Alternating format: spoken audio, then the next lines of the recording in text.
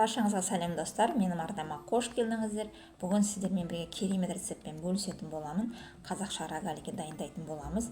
Құрамында бізде талқан және де ірімшік қосылған өте керемет дәмді рогалики. Міндетті түрде менімен бірге жасап көріңіздер және арнама тіркеліп, лайк басып, комментарий қалдыруды ұмытпаңыздар. Алдымен біз ыдысымызға ұнымызды салып аламыз.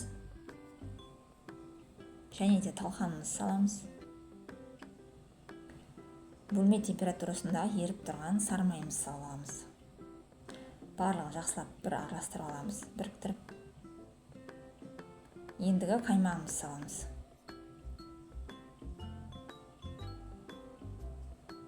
Қаймағымызды салып алдық, барлығын жақсылап араластырып, қамырымызды біріктіріп жинап алатын боламыз.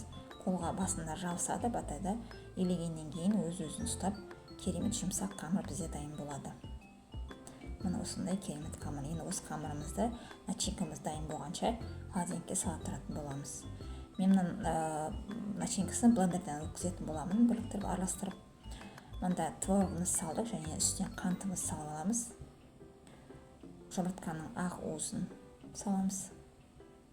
Және де осындай ірімшігімізді салып алатын боламыз.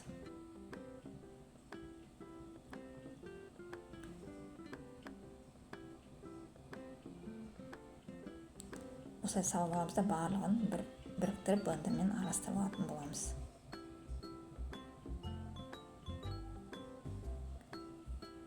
Мына бізде осындай қою салмасы дайын болады.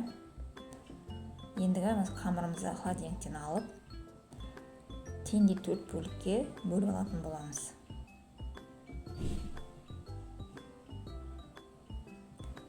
Осылай қамырларымызды дөңгелетіп дайындап аламыз. Дайындап алған бір бөлігін осылай ұнымызды себе отырып, оқтаумен жұқалап жайып аламыз. Жұқалап жайса біздің қамырымыз өте нәзік, жұмсақ, үгітілмелі, өте дәмді болып шығады. Міндетті түрде жұқалап жайып шығыңыздар.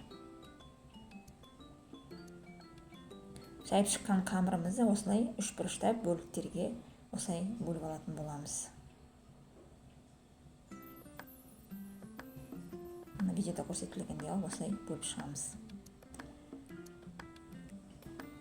Және де бана дайындап алған салмамызды осылай шетінен бастап салып шығатын боламыз. Осы рецептің толық нұсқасын осы видеоның астында описание қалдыратын боламыз, сол жерден көре аласыздар. Мына осылай екі шетін осылай қайырып, қысыңқырап, салмамыз шығып кетпейтіндей қылып осылай орап шығатын боламыз. Осылай әдемілеп барлығында орап шығамыз. Достар, егер де видео ұнап жатқан болса, достарыңызға жіберіп, поделиться батырмасын басып, бөлісіп қойсаңыздар болады, және де лайк басып, комментарий қалдыруды ұмытпаңыздар. Осылай барлығын видеода көрсетілгендей орап шығатын боламыз.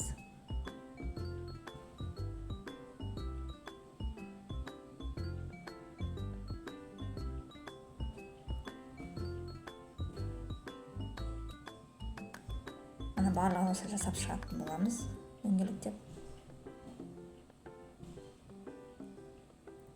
Мына барлығын осылай дайындап жасап алдық. Енді осылай формамызға салып, араларын ашық тауып, 180 градуста 15-20 минутта қызарғанша пісіріп аламыз.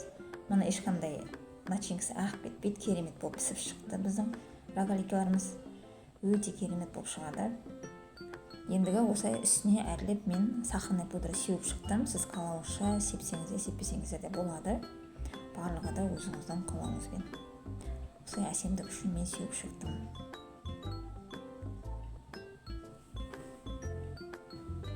Мына біздің керемет рогаликіміз, қазақша рогаликіміз дайын болды. Достар, міндетті жасап көріңіздер. Сіздерге ұнайтынына сенімдімін. Енді дәмін сөзсіз керемет, ауызда еритін қамырын өзін көрпістарға үгітілмелі керемет болып шығады, үлпілдеп тұр. Достар, міндетті жасап көріңіздер. Сіздерге ұнаған болса, арнама тіркеліп, лайк басып, комментарий қалдыруды ұмытпаңыздар. Сіздермен болған Рима. Баршаңызға да рахмет.